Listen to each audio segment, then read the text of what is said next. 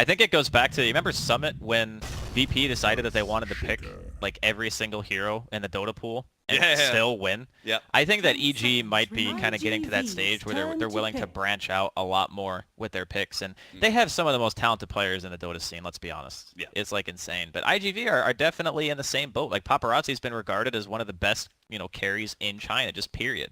Dogfights is a legend in his own right. They're both very high individually skilled teams. But sometimes the dice just doesn't roll for you. You get the wrong fights, you get a little bit outdrafted and you kind of get thwomped. But, it's taking a lot longer this time around for the draft. I'm not sure if that means that EG are maybe thinking a little bit more about they want to pick, because even coming off of a win like that, it definitely feels good. But you can't let that go to your head, because every team has those games. Every team has those games where you get stomped, and every team has a game where you do the stomping.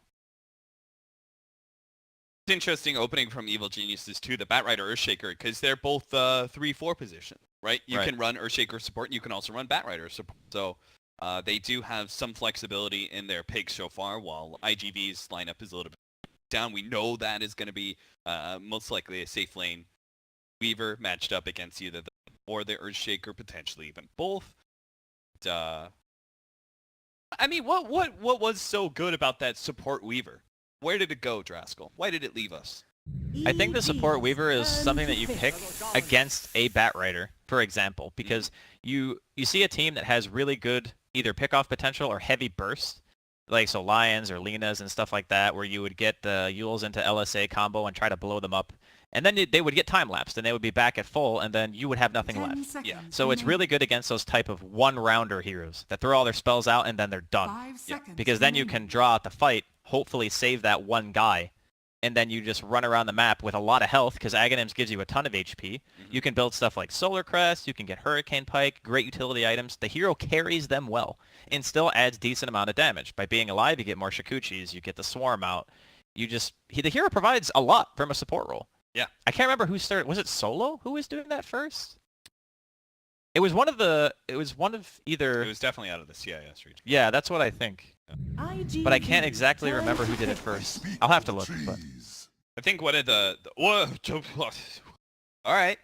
This is a lineup. It's mid shaker, right? It's mid shaker. Yeah, I think. Well, we'll see, because it kind of depends on what the mid matchup is, because it could be mid or safe lane Nature's Prophet too. That's right. Zai plays Batrider. I keep forgetting about that. Yeah. Zai plays Batrider. I think that's the most obvious choice, is that it's support Batrider right now, and off lane Shaker. Yeah, that makes sense. 10 seconds remaining. I do like that. I do like the Centaur as well. 5 seconds remaining. Yeah, what do you like about it? So typically when you pick this hero, he's a pretty okay initiator, but the biggest strength that he has is being able to either disengage or get the guaranteed initiation with the rest of his team. Some of these Blink heroes like Slardar, for example, you need your team to catch up. But Centaur goes in and he's like, my whole team is on you, like right now. And there's one stun. Yeah. And it's a Shaker. So if you don't have a lot of reliable lockdown, heroes like Centaur, they will quite literally run over you. I like that, because I was very surprised that you like the Centaur, because I have been hating on Centaur. I just felt like, his ultimate didn't do anything, because in the current patch there seems to be so many stuns. Yeah, there really right? are. Because stuns are a big part of team fights and that sort of thing. But you're right. If you're the initiators here, there's only Earthshaker. So it's not like Batrider Lasso is going to stop, your Centaur aggressively initiating with his whole team. So it's just one sources of stuns so far. Now it's the Visage Birds as well, which are pretty okay, in a hero that we actually were having a conversation about between games. Yeah, Visage is really good right now. Visage is crazy strong, and we know for a fact that a lot of, at least the North American players, they've been doing it in pubs as core as well. It hasn't just been support. Yeah, safe lane and mid. It's really strong, and it's very good against heroes like Kunkka, like Shadow Shaman. He's what I would call a support destroyer. Try to channel a Shackle against a Visage and tell me how fun that is. You get bird stun twice. You have like no armor, so the birds just deal a zillion damage to you. Yeah. One soul assumption and you're dead. I was about to say, I was thinking like, which is really faster, Draskell? Is it faster just to drop the bird to stop the Shackle, or is it faster just to use the familiars to kill the Shadow Shaman? Straight up kill him. Yeah, just to right-click him with the birds. It might be faster to just kill him, because by God, Shadow Shaman has no armor. Yeah, he flops over. He is terrible versus Visage in so many ways.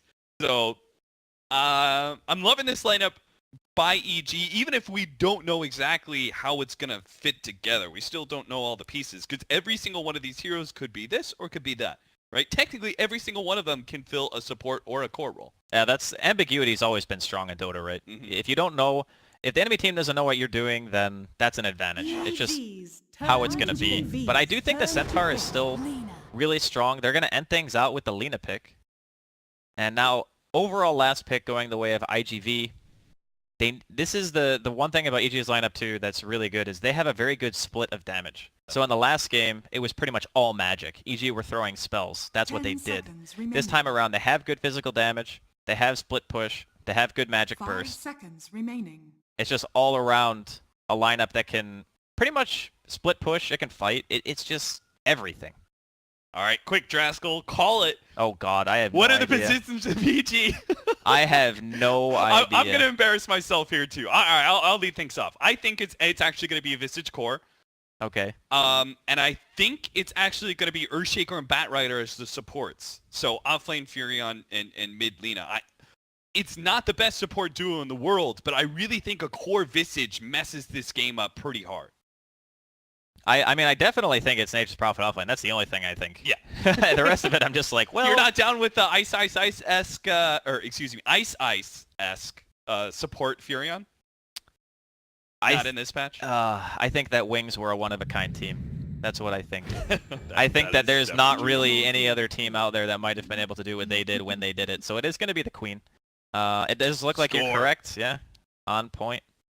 Going to be the Universe offlane. I do quite like the underwater-themed Nature's Prophet set. Normally, I think that Nature's Prophet looks kind of silly. I'm just not really a fan of how he looks, but when your face is just like an octopus, you can't go wrong. Meanwhile, Zai's rocking the Chinese dragon totem. With Was the that big from frog on was the it top. from New Bloom? Was that where you got that? Yeah, I think it was. I don't think I've seen that very much. That must be like super rare. Yeah. But overall, draft-wise, Sakata finishing things out with the Queen of Pain.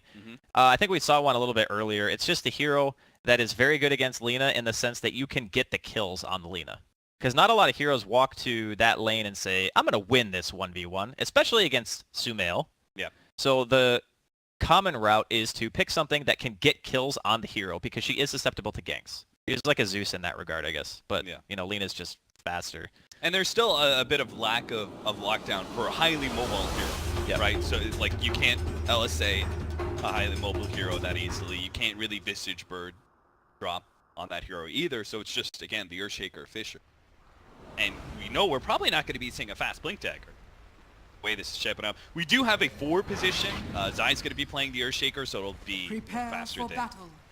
late 5 position Earthshaker or something like that. Crit is probably going to be one who's a little bit slower. Playing Crit Batrider. Not see that one coming. I don't know, I guess I felt like Batrider would be better for the position in his farm priority, but... I think in this game, the Earthshaker might carry the farm a little bit better just for the sole reason that they have a Centaur. Yeah, that and the fact that there's both Weaver and Queen of Pain and you're the only lockdown, I guess. Right. But that's what I mean, because if the Centaur is the one who you're really worried about in the team fights, like getting his spells off, he gets a Stampede. If you have a good counter initiation with a Blink Echo, that stops the momentum. Yeah. You want some hero in the game that's just going to be like, stop running at us, please. Yeah. And there's no way, like, 30 seconds in this to matchup battle. against the Weaver, there's no way. It's already hard enough for an offlane, like, core Batrider to reach his timing where he gets Blink before the Link ends and he gets Force Staff after, picked up, etc. There's no way a support Batrider really keeps that timing against Weaver. Yeah, I think it's probably just going to be like he's got Tranquils queued up, I assume, and then he's going to go into the probable drums. That's like the budget build. You just get stats, you run at them. It's still very effective, though. That's the great thing about that. Goodbye, Sweet Prince. Oh, boy. Got Sticky Napalm, too, which I'm pretty sure you'd be totally useless if you went Firefly level 1. It also means no escape. So First Blood goes to IGV. They start off with an aggro tri-lane of sorts. The 2 supports behind a killer offlane. I really like it when teams do this. They put the 2 supports behind heroes like Centaur, Earthshaker, maybe Legion Commander, because honestly, it's why not? You know, these sort of heroes, they're fighting off laners anyway. Why don't you just go aggro tri-lane into them? Especially since you know you have like a pretty decent 1v1. Yeah, I totally am on the same page. I think that the Universe versus Paparazzi 1v1 is most likely going to be the one that you really want to watch. I think that the mid matchup is going to be favored for EG regardless, because Lina's just that strong of a laner. Even with the level 1 Dragon Slave nerf, the hero just dominates most of the matchups. So I'm curious to see how well the Weaver is able to deal with these trees. This is the ultimate suffering of the 1v1 against Nature's Prophets when you can't buy a stout shield and you're not a melee hero. Yeah, Blitz was teaching me about this matchup. Played a little 1v1. Boy, it's just so hard, right? The Lina just pushes out the wave over and over again, and you're just Queen of Pain, not really getting any space to a lot of times just because Lina just Dragon Slaves on. Yeah, you need a gank. You need someone to rotate to your lane, help you out a little bit. That's what Dogfights is trying to do, but Zai's here as well. Universe is doing a really good job putting the pressure onto Paparazzi in these first couple of levels. It's not going to be till level 5 where Weaver feels a lot more comfortable against Universe with the very low cooldown of Shukuchi. So in the meantime, Universe is just throwing treants at him and trying to get all of that extra region that he bought in, because he did go double tangos, knowing this is going to be a very harassment-focused matchup. He's just trying to chip away at all that. I think that this is going to be the hardest part of the game for IGV. It's just like straight up laning. Like sure, the top lane, they started out with that tri-lane. It's already been dismantled. So Angelai is up here all on his own against the Visage. Looks like middle as well. Zai could be going down here. Zai's got the boots, but he's not going to be able to make it out. Sakata, the double damage, is actually going to come back. So Sumail may be in trouble here. Sumail doesn't actually have his nuke, so he's going to turn and fight Dogfights as well. Might be able to get this kill. And Sakata comes in, will manage to finish things off. Almost dies in the process. Zai, one health. Going to get there with a Fissure, and he got him. So they actually turned that. That ends up being kind of okay for EG, despite it starting out terribly with Zai dying and Sumail getting caught by the X-Torrent combo. Well, super cool thing about being level 1, you respawn real fast. He was able to TP back into the fight to secure the last fissure that got the kills, so all in all, like you mentioned, not too bad, everything considered. A fortuitous double damage from Sakata that allowed him to end up getting that, and really good foresight, realizing that he would die to that Dragon Slave if he tried to commit too early. Crit with a Furion coming in. Could actually kill in July here. Zai holding off on the Fissure. Get to the better position. Looks like he felt like maybe he was going to miss that block off. Repositioned. Sure, he got it. 3-3 now. I think he was just concerned, not necessarily about the block itself, but not putting him on the other side of the Fissure. Yeah. Because then he would have just walked away and it would have felt pretty bad. Torrent going to hit here. Are they going to blink for it? Looks like it. Level 2 Shadow Strike from Sakata does land. The slow allows Dogfights to get a couple extra right click. But this is kind of what we were expecting given the lane matchups, that supports have to move around a bit. If Dogfights is in the right place at the right time, he's able to set up kills on Sumail. And likewise, if Zai is in the area, or I guess to a lesser extent Crit, he can't really do as much defensively. A Fissure can be a really good deterrent, even at this stage in the game. Kata gets away. 4-minute bounty rune, or excuse me, arcane rune. First to be taken by Dogfight. Love to give that one to Radiant's both middle supports tower are is moving under around attack. in the river quite a bit.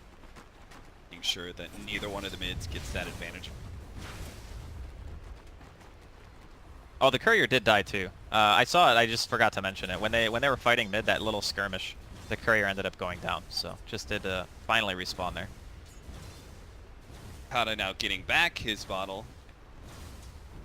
D9. Not feeling too great about his CS. 23, 28, and 8. LSA, not cool. But you consider the lane discrepancy. Sumail has the hero advantage, and the last game, it was like 36 or some crazy... Oh no, wait, that was the other series. I'm sorry. I'm remembering a different game. Sometimes Dota runs together for me. But last game, he did actually have double in the mid player CS. Yeah. Dragonite versus Hugna matchup. Here we go. Blink on mid. A lot of damage to Sumail with a pullback here. Should be pretty easy. All Sumail can do is try and get a kill himself, and he does manage to get it barely onto little super. It's a nice little reaction to be able to get a kill like that before you die. Just knowing, okay, I got X. Everyone has experienced that. You know you're coming back. You know you're going to get hit by a bunch of spells. This will output whatever damage you can. In the meantime, it's better if you can actually get a kill. Paparazzi faring a bit better against Universe. Had the help of his Shadow Shaman in lane for a little bit. Is now level 6, so there should be no problems for him in the foreseeable future unless Sumail makes a surprise rotation over. Be a pretty free game for Paparazzi. They don't have the greatest amount of catch either. Like you were talking earlier about how the Batrider is not going to have the earliest blink. That could definitely be a problem. You know, considering if Paparazzi just gets his free farm, he's able to get to his Lincolns. Could be problematic. And it's not like Earthshaker, like, he enjoys the aspect. It's like playing against Puck, right? You enjoy the aspect that it's a squishy hero that if you get on top of, you know, you're just going to be able to blow him up with your combination. But it's also kind of annoying to play against, right? Weaver has the bugs to be able to throw forward in team fights. If you get latched by that, your blink ends up getting on cooldown, and then you're just full initiation is screwed out.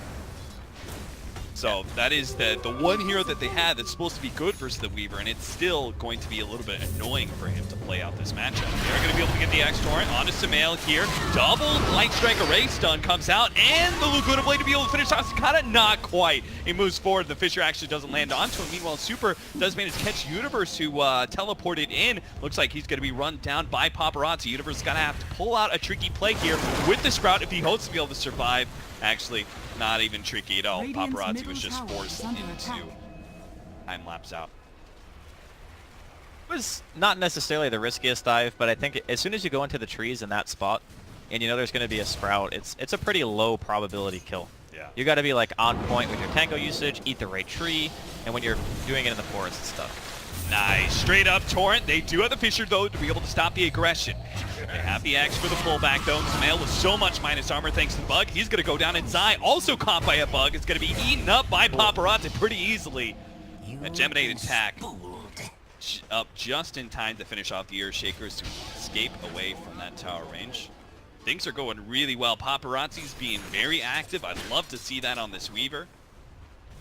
I think a lot of people kind of forget that. Weaver, he does want items, and he carries them extremely well. However, just having level 7, just getting that Shukuchi to max, and just running around, dealing that damage, allowing your teammates to dive with vision if you land a swarm, the hero offers a ton of utility in the early game. You just have to be very careful about how you use your Shukuchi. It's very similar to Queen of Pain. You do a bad blink, you die. Of course it's going to feel bad. But it doesn't mean that Queen's a bad early game hero. It just means you got to be careful. Centaur does finally get his level 6. I've been looking for that because we keep on having team fight after team fight, but no Stampede being used. It's been shut out of the laning phase for so long. But similarly, RTZ is level 7, which means we're now going to be seeing these familiars and potentially even RTZ himself show up in these fights. The beautiful thing about this core Visage, right, is that you don't even necessarily have to be there. Sometimes just your familiars is enough. Well, it looks like they're going to find something with this. They're in a really good spot.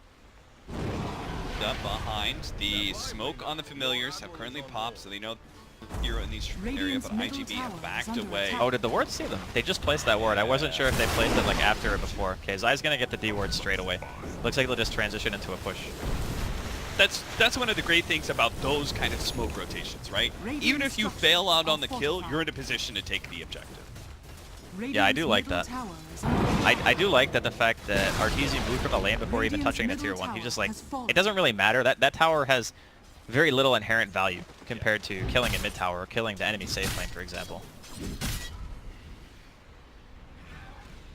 If you're new to seeing the core Visage, or maybe even Visage in general, look at his skill build, the 1, 1, and 4. He goes for the maxed out Gravekeeper's Cloak, just because Visage is now impossible to kill. Yeah, near that anyway. Good luck bursting. And that's kind of what IGV do, right? Yeah. And because the minimum damage threshold is 50, it means that things like Torrent, it won't even break the actual passive. It won't do enough damage to break through it. Nice deny there from Zai with the Enchant Totem. But yeah, this game is still pretty heavy in regards to burst on the side of IGV. You got your Centaur double nuke, you got your Queen, which is pretty much all nukes, and Gravekeepers does a tremendous amount of work against that. And ever since they buffed Gravekeeper's Cloak to apply to your birds when they're around you, that means that the normal things like Kunkka and Centaur and the Queen that would just destroy your birds before doesn't happen anymore. I actually learned this probably like 3 or 4 months ago. The fact that for some reason I thought like they would get their own Gravekeeper's Cloak or something like that, but it's actually based off of the Visage and the level that he has. Right. Which means that like these birds go forward and they're super tanky, and unless you actually deal with the hero in the back line, you can't actually just quickly kill the birds ever. They have 80% damage reduction if you don't hit the Visage. They take no damage at all. Like nothing. In July, gonna throw down the Stampede for an escape away from Evil Genius's side, not able to get the fish to lock down. Dogfight's just gonna run fearlessly in. Invisibility. And that's because I guess they're ready to go with the Weaver TP. He's gonna come in, they're gonna catch Zai. Evil Geniuses are probably just gonna let him die. Or maybe not, they're actually gonna fight around in July a little bit here. Stomp goes down on the birds though. Ada's coming forward with an Invis rune. Nice drop though, catches Dogfights on full. The Shrek Array lands on Dogfights. They really need to catch. Sakata by himself is not going to be enough, but maybe with the Shikuji through, they can blow up Sumail. He does get their turnaround onto the Kunkka, but a worthy trade for IGV. But now Arteezy has to fight this one out 1 versus 2. It's possible, though, if he can actually get the right kind of nukes out with the birds as well. Sakata's dropping low, but not low enough. Birds, familiars, will not be able to... Oh, maybe nice. They will manage to chase him down thanks to Universe's ultimate. He comes out, Wrath of Nature. One of the later bounces too, so it does a lot of damage. Definitely caught him off guard there. Wasn't expecting the Nature's Prop penalty. It's kind of like playing against Exort Invoker. Every once in a while you just kind of forget and you're like, oh god, that's right. Sunstrike and Nature's Wrath are spells. Especially since Nature's Prophet does so much damage with that ultimate because of the later bounces. Yeah. Because they changed that, right? It does less damage on the first couple of bounces now. Not just 2, but it does a lot more damage on those last few bounces. Yeah, it hits like a truck. I think like the last few bounces at level 1 and 2 are pretty much like getting Laguna bladed or Radiant's something. middle tower is under attack. It's really, really high damage. Yeah. Anywhere in that 4. Dire's top tower is under attack. Still though, both teams just going at it. Like there's been a lot of smoke gang so far. We're going to see another one coming out from IGV here. Just vying for that mid-game control. This time around, Super's going to have the Mass Serpent Ward, so they find something to transition into a tower. Stampede used once again. 2 cores show in the top lane there from Evil Geniuses. IGV wrap on the bottom lane, not able to catch the Batrider or the time, or maybe they will. Fights now. No way he sees it. This game looking a lot closer than the first. This is kind of, I think, the series that we expected to see. You know, IGV, they've got a lot of really talented players. They're a great team. Just got a little bit abused in the first game. This time around, they're the ones making the moves. They certainly are. The tier 1 tower at the top lane going to be taken down by Arteezy. He's currently rocking Hood of Defiance, Medallion of Courage. He's going to be going for the Aghanim Scepter. Beautiful thing about Visage, you really don't need a whole lot of damage on yourself at all. You just need the survivability because, again, your presence along with familiars is what does damage. You just get Soul Assumption nukes and familiar damage in, and that's good. Yeah, just wait until you get that Soul Assumption double nuke as well. Yeah. Oh, that is just an insane amount of damage output. Tower is under attack. Then you get... talking to somebody about this theory crafting. The Keeper of the Light Chakra Magic on Visage. Oh lord, double? It's like what, quad Soul Assumption? Yeah, quad Soul Assumption. To be honest, you probably could get away with it now that he's played as a core. Yeah, maybe. But I think it requires a fresh damage charge, so it's not instant. Oh, Sumail, gonna be hit by the boat. Strayed a bit too far, and is going to be caught by IGV, who are playing all out aggression now. They're going to be able to get Zai. He does get off the Echo Slam. Whatever damage he can, it's not quite enough to finish off Sakata with the help of Arteezy. Now the Torrent coming in, pops on to Arteezy, does manage to stop the TP in. Sakata throws out that ultimate, but it's still not enough. Arteezy's looking okay, maybe. Paparazzi looking to finish him off, stands his ground, and brings him down. Meanwhile, on the side, in July, Sakata managed to pick up more. Universe is going to be chased down as well. Last surviving member of the Blue Squad gets away 14-8 at 15 minutes in. It is kills. IGV currently holding a very small lead. So I actually have a question for you because I know you played quite a bit of Shaker. Yeah. How do you feel about the 3-1-1 build? I think I think maxing out Fissure is better for supports. For support, okay. Yeah. As offlane, you obviously go 1-1-4, right? Yeah. I think you go 1-1-4 until 1-4. The only reason I ask is because I personally feel like 1-1-4 is usually the more stable build, and once you get Echo, you just feel that much more powerful. Because look at what happened in that fight. Yeah. Zai couldn't get all his spells off because he didn't have max Aftershock.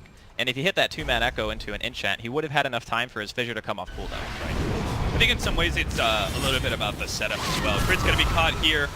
IGV, they're just running around as a 3 or 4 or even 5-man crew and running into EG members who are not grouped up and getting free pickoffs that are even turning into some nasty team fights like it did on the Shrine and then like it does on this Shrine as well. Samael's going to get caught as well. That's 3 down from EG. It starts with 1 and IG just swarm in and manage to catch the surrounding members of Evil Geniuses. This Centaur ulti is doing a tremendous amount of work. Like, you don't get fights like that without a Stampede. Yeah. Like, you get the one hero, which is obviously fine. You know, you find crit, feels pretty good about it, but the Stampede allows you to kill the Shaker and the Lina. That is so much more value. In a way, it's kind of like having... It's like a reverse disruptor. Instead of bringing a hero back, you bring your whole team to the other heroes. Yeah. And that's kind of perfect, right? When you think about how the way Furion and Visage and in some ways Lina are going to be playing as cores. They're usually playing pretty independently of their team. They like to be able to split push or go hunting in the case of Lina, try and get up those free kills. They even save their wards here. Hold on to it for them. Yeah, they can go for more. Got to push towards bottom lane. I really like that they're transitioning instead of trying to push mid. Pushing mid is They hard. have a blink too. They're going to be able to get crit. So with 1 down plus having the wards, that's got to be a tier 2 out. Yeah, I think so. Question is, did they even drop him here? Do you think they go for the quick one? Yeah, they are. Okay, they're just going to throw him down. I was going to say, it might be that EG don't feel like they want to try to defend because they don't have the blink yet on the Shaker or the Bat. And they might be able to get away with being like crazy greedy and just using wards for like, say, Roshan. Yeah. You actually saw the Kunkka DP up to the Shrine because there have been heroes off map. They don't have any vision in the enemy jungle. So heroes have been off map long enough. They wanted to check into Roshan. That is one of the things that Visage gives you. A lot of Rosh taking potential with Minor. They weren't actually doing it, so that is indeed a tier 2 for free. IGV. I mean, at this, it seems like everything that they're doing is kind of right. I think they just keep on playing for the kind of 3 or 4-man crew and just push into objectives. It's pretty clear to me that Evil Geniuses are not ready to fight yet. Yeah, I think we were kind of having bigger expectations of the safe lane Visage and what it was going to be able to accomplish. Yeah. But this time around, it's a lot harder for EG to kind of run that semi, core protect one that we saw as bottom lane. We're going to see Zai drop again. Stampede to disengage this time. Just Angelai and Super are enough to get that kill. I mean, they desperately need supports that initiate for them, right? We talked about the lack of lockdown and stuff, and this is kind of the small hesitance that I had about the core Visage, is that you're going to have a very awkward support that won't give you much at 15 minutes. What does a Bat Rider and Earthshaker do without their Blink Daggers 15? But on the flip side, you could also say that once that timing hits, you just have to hope that it's enough, right? True. Like, you have to hope, okay, we got the double blink. They're going to get him at roughly the same time. I think Zai will get his first. And then Crit, he's only, 600-ish away right now. That's not a ton of gold. And at this point, IGV have accrued around a 4K net worth lead, which is by no means insurmountable. It just feels like IGV, more than the gold advantage, they have the map advantage. Like, they are the ones feeling comfortable and pushing these side lanes, being in the aggressive positions, taking all the farm, being more efficient. And they're about to pick up the Lincolns on the Weaver, which means... There's already one on the Queen, too. Sakata's got one as well. So those two cores don't have to worry about the Bat Rider hardly at all. I guess Wrath of Nature could probably... Do you want to play Yeah, that? you could do that. Yeah, you could definitely do that. Kind of require vision before you. Set up smoke for smoke. We've got IGV trying to set up, getting some aggressive wards to lay down for a push at top lane. While Evil Geniuses, a little bit more defensive on their side. We're hoping to be able to smoke push out with their fresh Blink Dagger on the Earthshaker and catch IGV's eyes. But both their smokes kind of get ruined. Dire's top tower I think it's is still, under attack. I would probably still give IGV the advantage just because they were the ones who got the effective vision down beforehand. Here we go. Two-man stomp. That's a great way to start things off, especially with the torrent follow-up as well as the boat. Arteezy's just been locked down for so long. Zai comes in. He managed to get the Echo Slam. It's decent, but is it good enough? Because it looks like these heroes are just going to be able to survive. And Arteezy does end up going down to the last nuke from Sakata as he blinks in, finishes him off. LSA onto Paparazzi. Maybe they can finish him. Fisher, it's just not enough lockdown. It's not looking like it. Zai guys come in, finish him off, but he has the turnaround from IGV. Now they're going to punish even more with some male dying. Universe is going to drop, and that's a team wipe, ladies and gentlemen. IGV 24-8. Looking like they want to put an end to this game too. Not quite as fast as Evil Geniuses did in game one. And they want to match some of this pace of this series. They got the word still, man. It is crazy to me that that Super can be in that team fight and say to himself, I don't need the wards. Yeah. I don't need the wards. And like that whole time, his team's like tower diving, they're behind enemy lines, still not dropping the wards. Saves them for the ultimate efficiency, just getting the chip damage on the tier 3. Even if they don't get it, this is a lot of damage.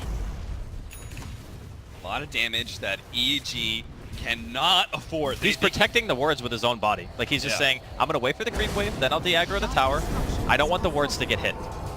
They finally popped the glyph, and they're going to start attacking the wards with Arteezy, but it's going to be close. If they lose this tier 3, remember you're talking about like how they just feel better about the map and the control they have? It's going to get worse. It's going to get so much worse if these shrines actually get taken away. Oh, 10 HP. No one accidentally ate. Yeah, it actually feels so bad, though, to have your tier 3 tower at that low health. Yeah. Because you know IGV just want to come back. Yeah, and they've got the mobile heroes to be able to do it, too. They don't care about backdoor protection because it's literally just one shot. One shot from the Weaver or the Queen of Pain will finish off that tier 3, so... It's another one of those fights, too, where I want to say Zai hit like a 4-man Echo? Yeah, 3-man. A 3 or 4-man, yeah. It was a really nice one, and unfortunately still only 2 Aftershock. Yeah. I think you want 3 for it to feel really comfortable. Yeah, that's when you get the chain stun. Yeah, that's...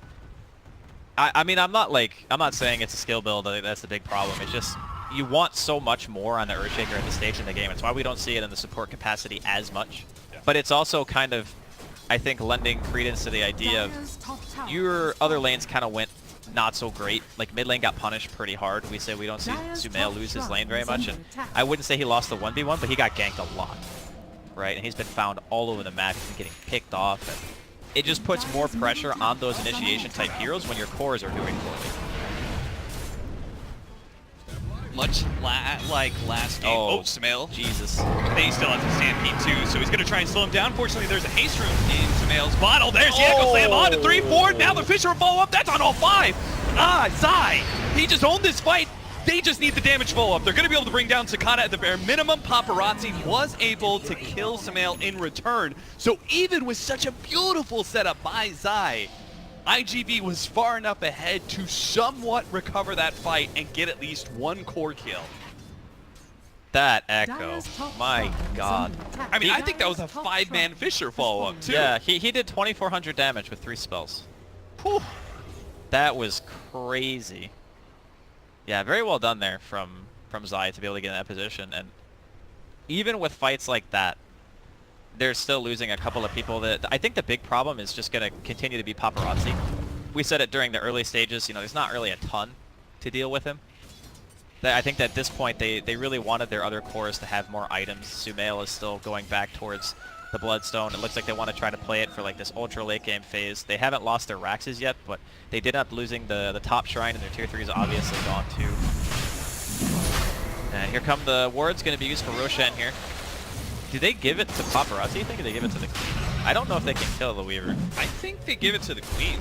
Although I you're guess right, Weaver's still in it. The Weaver has the big streak though, because the Queen just died. So if they get like an EG high ground defense, then maybe... Weaver's better for hitting the tier 3 too. Yeah, Weaver has the streak. I think that's probably the biggest. Because he probably gives away like 1,000 gold if he dies. It's a lot of money. 26-11. Upwards of 10k, maybe 11k experience lead. IGV right now. Genius has just had an okay team fight that brought a little back.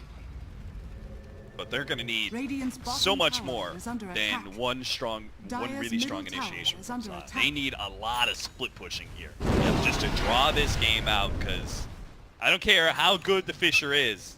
5-man Fissure still allowed IGV to kill Dire's someone. middle He tower could. I don't has think he fallen. could have gotten a better set of spells than that. No. Like it's not. Every time Zai's gotten an Echo, it's been good. It just feels lackluster because he went the 4-1-1. There's some tanky heroes on IGV between the double Lincolns and in July's Centaur does have a Hood of Defiance and is working his way towards an Aghanim Scepter. IGV, they've unlocked the backdoor protection with that push through the through the mid lane, and they're going to go straight up to the top lane and take out this rain tracks. This is really smart from IGV. Oh, the Orchid is out. They've got the stuns from these familiars. They just need to try and eat away the Sages. They can't even take that much. He gets off the time lapse. Radiant's bottom tower is under attack. they were- Universe, he just gets out of there. He's like, nope, we're not going to be able to do stuff here. Radiant's I need to get bottom across the tower map. I has need to fallen. be applying pressure like to a lane somewhere and maybe force IGV back. Yeah, because with no Laguna Blade and still having Aegis on Paparazzi, they know this is a free melee round. Fortunately, the familiars are pretty good at being able to deal with the wards, Yep. but A little bit too late. Radiant's bottom tower is under attack. a little too late indeed. X Crit's in trouble. He's right on top of the cliff area though. The Torrent actually didn't snag him, so. Okay, Radiant's Shrine bottom up. tower Evil is under Geniuses. attack. They're trying to force a rotation and push out and catch somebody, but IGV's actually refusing to TP back. They're not going to let EG have that opportunity Dire's for turret a has been 4 killed. versus 5 fight or something like that. They're Dire's just bottom saying, shrine all right, the is tier under 3 is going attack. to tank a lot of damage. That's okay though. There's no gold going back to EG if the tower doesn't die. And they're pretty confident in EG not leaving their Radiant's base. bottom tower Like if they is come under out without attack. Echo, although I guess they do Dire's have it now. It's already structures back are up. That was fortified. faster than I thought. It's gonna be a Dire's smoke. bottom shrine is under attack. Heading towards the Radiant shrine. Oh, the scan hits.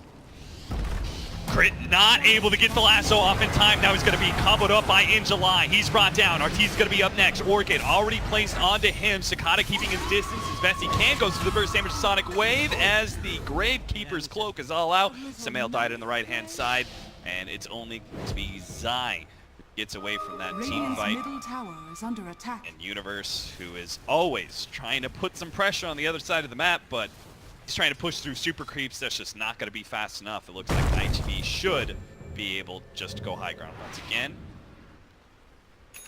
Don't have a creep wave. Not so safe. Yeah, Zai was cutting. He fissure blocked the mid lane. Yeah. So he's gonna buy a little bit of time for his team at the very least. Top was pushed out by Universe, so it's kind of like a combination play. One person blocks one lane, Universe pushes another. He's already back bottom. He will have TP in about 3 seconds. They need the whole team to defend this though. I think that fissure play might have bought them enough time for Sumail to actually revive. His backdoor is still going to be up for another couple seconds. Okay, there we go. Now it's down. With the wards out, Radiant's bottom tower is under attack. he's going to resummon his familiars. It sucks. He's not going to have that second round of familiars, which is where Visage is really threatening in team fights. He can just refresh it out. They're missing a lot of power because of Dire's that. middle tower has fallen. The other thing is, if you don't kill the wards, it's super hard, right? Universe is actually getting chip damage on the melee in the bottom lane. These trees still do a pretty good amount of damage. They are going to end up TPing back. So Zai delays the game. He gets his team Invisibility. a little bit of recovery time so they can respawn, and eventually they do push out IGV. But again, they lose another tier 3. This time it's a trade though. Yeah, and obviously the EG taking the tier 3 means a little bit more since they can now hit shrines, so I'm not sure when they're ever going to. Maybe the familiars can do a flyby somewhere and chip away at a shrine, but just seems like they're never really going to be, as a team, forcing their way onto the Radiant side. That is actually, I'm glad you brought that up, the whole idea of doing the bird flyby. Bottom's exposed, right? So if they ever get a creep wave to the base, they could be, oh nice, flank from Zai. Still probably dead though. Still caught by the X, hit by the Torrent, and Yeah. He's only dead for 30. Scream bloody murder. But this is a stage in the game, I think, where if you, oh god, is he just dead to the birds? Oh my god, he might just be dead to the birds. bird drop 1, 2, 3, not quite enough. Arteezy, meanwhile, will end up dying. Familiars are going to have to go on without their owner. Worth it, 100 gold. Radiant's bottom Certainly, shrine is especially under now with attack. IGV. Ready to go. Even if RTZ does buy back here, have another set of words for 20 Radiant's seconds. bottom shrine has fallen. Drops it first just in time. Injuly actually blinks into a bit of a death trap here. Crit finds his initiation on Dogfights. But an Orchid, oh, there goes Guildsman from Zai, locking down 2 with a Fissure onto 3, but it's still not enough. With the Orchid on Samael, they had no real follow-up magic damage. Crit moves forward, trying to keep on top of these heroes, while Arteezy's Familiars is tearing apart these heroes. He re-summons, goes for Sakata, but the blink is back up, and Arteezy has to deal with Paparazzi, who gets an Orchid, but not before the Shikuchi. So he's able to run himself a decent distance away from the Familiars, does get locked down, but there's no damage. They don't even see him. Universe, he goes to the Sprout, TP out, but Angeline there to be able to hit the stuns. And with the Familiars without an owner, they are completely exposed to that magic damage. EG call it. 1-1 is the end result. I'm pretty happy with the way the series went, to be honest, because I think it was, after watching the first game, it would have been unfortunate if IG